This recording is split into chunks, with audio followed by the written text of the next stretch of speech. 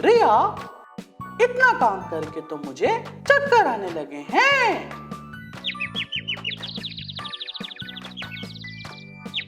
अच्छा रोनी, अभी तक आपने अपना आधा काम भी नहीं किया। हाय रोनी, कहाँ फंस गए हो? यहाँ कोई रहम नहीं खाएगा तुम पर। बड़ी जालिम दुनिया है।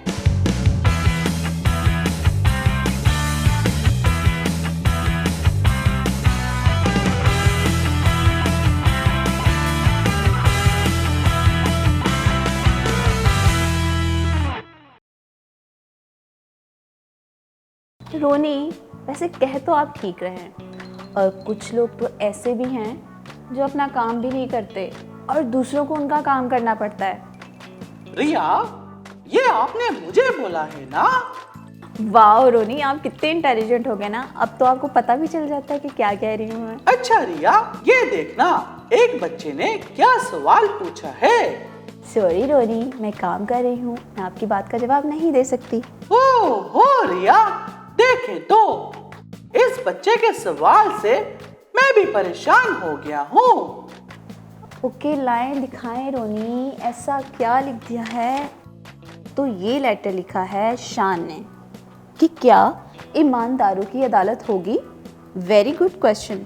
आप जल्दी बताएं रिया, मैं भी जानना चाहता हूँ। ठीक है रोनी, तो इस सवाल का जवाब है कि जी हाँ, ईमानदारों की अदालत भी होगी, और इस अदालत को खुदावंद यीशु मसीह की तख्त अदालत कहा गया है।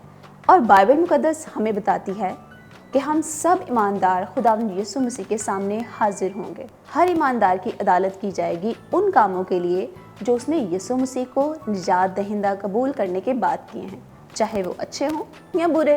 लेकिन रिया, बाइबल मुकद्दस में रोमियो 8वें बाब की पहली आयत में ये भी लिखा है कि बस अब जो मसीह यीशु में है उन पर सजा का हुक्म नहीं, तो फिर अदालत क्यों?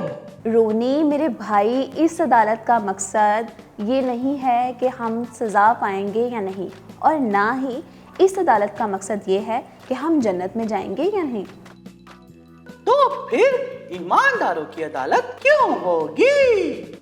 रोनी, हर शख्स जो यीशु मसीह पे ईमान रखता है और जो उसके हुक्मों को मानता है वो जन्नत में ही जाएगा।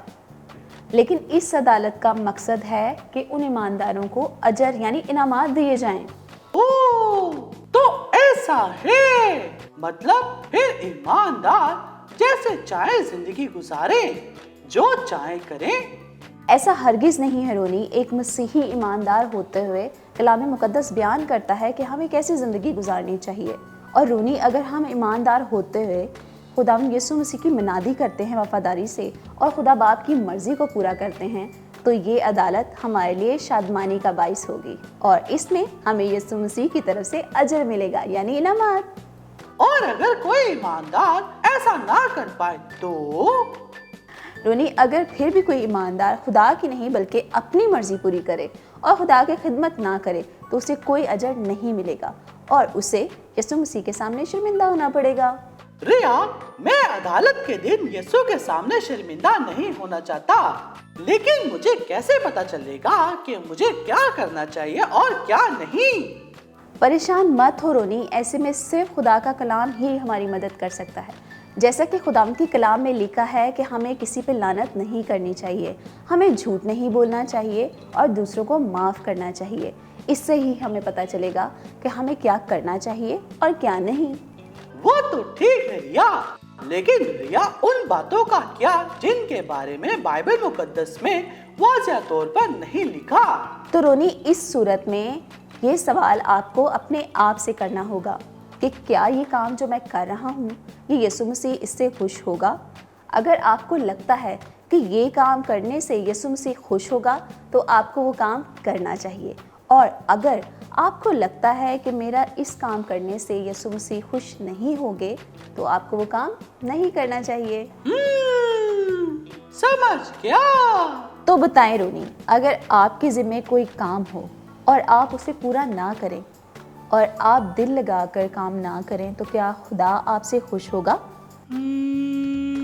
बिल्कुल भी नहीं रिया, बल्कि मुझे याद आ रहा है कि कलूसियों के नाम खत के तीसरे बाब की 23वीं आयत में लिखा है कि जो काम करो जी से करो, ये जानकर कि खुदावन के लिए करते हो, ना कि आदमियों के लिए। आमीन। तो क्या कलाम मुकद्दस में से आपको रोनी आपका जवाब मिल गया? वाह रिया, ये तो सच में कमाल है। क्या सोच रहे हैं रोनी? रिया, मैं सोच रहा हूँ कि वो सब जिन्होंने मसीह के लिए जीने के बरक्स दुनिया को खुश करने और दुनिया की ख्वाहिशों में वक्त गुजारा है, तो क्या अदालत के दिन उनको कोई दूसरा मौका मिलेगा ताकि इस बार वो मसीह की मर्जी के मुताबिक जिंदगी गुजारें, ना कि अपनी या फिर इब्लीस की मर्जी के मुताबिक? नहीं रोनी, खुदावंद यीशु मसीह के साथ जिंदगी गुजारने और उसकी वफादारी से खिदमत करने का अभी इसी वक्त मौका है। इसी जिंदगी में किसी को दूसरा मौका यानी दूसरी दफा इस दुनिया में जिंदगी गुजारने का मौका नहीं मिलेगा। तो रिया, वफादारी से खिदमत करने का मतलब है क्या मैं पास्टर बन जाऊं? नहीं रोनी, अब ईमानदार होने का मतलब ये तो नहीं कि हम सब पास्टर बन जाएं, बल्कि एक काम है जो सब कर सकते हैं। सर, यानी मैं भी? जी रोनी, आप, मैं, बच्चे, बूढ़े, जवान, सब। तो फिर जल्दी बताएं रिया, क्योंकि अदालत के दिन हम सबको इनाम हासिल करना है ना दोस्तों? तो सुने रोनी, यीशु मसीह की खिदमत करने से मुराद ये है कि यीशु मसीह के बारे में सबको बताया जाए कि यीशु मसीह ने उनसे कितनी मोहब्बत की, कि इतनी मोहब्बत की कि हम सब की खातिर वो कुर्बान हो गया। जब हमारे वसीले से कोई यीशु मसीह के करीब आएगा और हमेशा की ज़िंदगी पाएगा, तो यीशु मसीह हमें इनाम देगा, यानी हम सितारों की माने चमकेंगे। क्योंकि कलाम खुदा में यूं लिखा है, और जिनकी कोशिश से बथेरे सादिक हो गए, सितारों की माने अब्दुल्लाबाद तक रोशन होंगे। आमीन।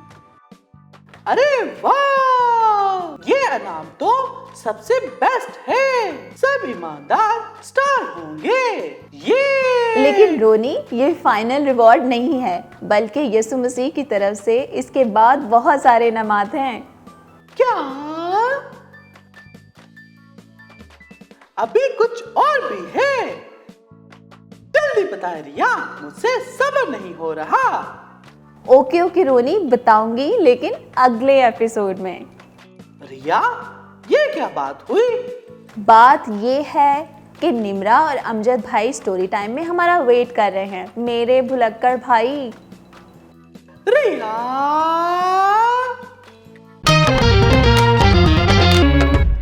हेलो फ्रेंड्स, कैसे हैं आप सब? उम्मीद है कि आप सब बिल्कुल ठीक होंगे। आप सोच रहे होंगे कि आज अमजद भाई नज़र नहीं आ रहे। मैं भी उन्हीं का इंतज़ार कर रही हूँ। पता नहीं आज देर कैसे हो गई।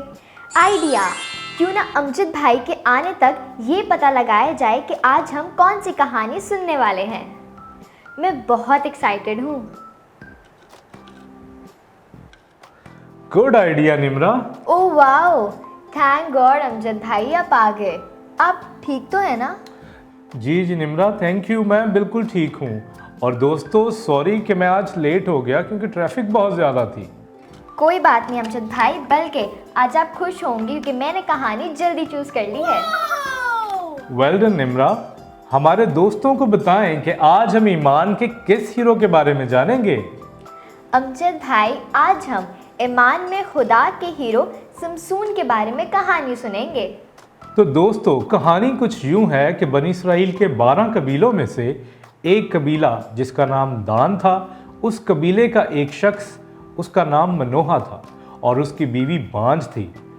और एक दिन खुदा का एक फरिश्ता उसकी बीवी के पास आया और उससे कहा कि तेरे बेटा होगा और वो अपने माँ के बतन से ही खुदा का नज़ीर होगा। नज़ीर मतलब? नज़ीर मतलब खुदा के लिए अलग किया हुआ, यानी डेडिकेटेड। वाओ, ये तो ज़बरदस्त है। खुदा के फरिश्ते ने मनोहा और उसकी बीवी से ये भी कहा कि तू अपने बेटे के बाल हरगिज़ ना कटवाना और ना ही कोई नशावर चीज़ का इस्तेमाल करना। जी हाँ निम्रा, और उन्होंने ऐसा ही किया। और जब उनका बेटा पैदा हुआ तो उन्होंने उसका नाम समसून रखा और वो जब बड़ा हुआ तो एक ताकतवर मर्द बना। वाओ अमजद भाई, मुझे याद आ रहा है कि समसून ने शेर को भी मारा था। उस बारे में बताएं ना प्लीज। ओके मैं बताता हूँ निम्रा। और एक दिन समसून तिम्नत को गया और वहाँ उसे एक फ़लस्ती औरत पसंद आई और उसने अपने माँ बाप से आके कहा कि उस फ़लस्ती औरत से मेरी शादी कर दो। लेकिन अमजद भाई, फ़लस्ती तो इसराइलियों के दुश्मन थे, तो फिर वो उनमें कैसे शादी कर सकता था? वो तो भूतों को भी पूजते थे। बिल्कुल ठीक कहा निम्रा, और समसून के वालिदैन भी यही सोच रहे थे, मगर समसून अपनी बात पर कायम रहा तो उसके माँ बाप उसके साथ तिम्नत को गए ताकि उस लड़की के माँ बाप से बात कर सकें। उसकी शादी करवाने के लिए? जी बिल्कुल। और जब वो जा रहे थे तो समसून के सामने एक जवान शेर आ गया और समसून के आगे आके दहाड़ने लगा, और समसून खाली हाथ था और खुदा की रूह समसून पर नाजल हुई और खुदा ने उसे कुव्वत बख्शी और उसने शेर को एक बकरी के बच्चे की तरह हलाक कर दिया। yippee! ये कितना कूल था। खुदा ने तो अपने जोर से समसून को एक एक्शन हीरो बना दिया। अरे ये तो अभी कुछ भी नहीं, अभी आगे तो बहुत कुछ होना बाकी है। ओह यस, तो चले फिर बताएं आगे क्या हुआ। फिर समसून की शादी उस फ़लस्ती औरत से हो गई, लेकिन समसून ने अपने ससुराल वालों को बहुत तंग किया और उन्हें एक बहुत बड़ी मुसीबत में डाल दिया, और इस वजह से उसके ससुर ने समसून की बीवी उसके एक दोस्त को दे दी ताकि वो उसकी बीवी बने। ये क्या बात हुई? बहुत गलत हुआ समसून के साथ। ठीक कहा निम्रा, और समसून बहुत गजबनाक हुआ और उसने फ़लस्तियों से बदला लेने के लिए उनके खेत और बागात सब कुछ तबाह कर दिया। फिर कुछ वक्त गुजरने के बाद समसून को एक लड़की जिसका नाम दलैला था उससे प्यार हो गया, जबकि फ़लस्ती हुक्मरान इस बात को बिल्कुल नहीं भूले थे कि समसून ने उनके साथ क्या किया है। और फिर वो सब जमा होकर दलैला के घर गए। दिलैला के घर?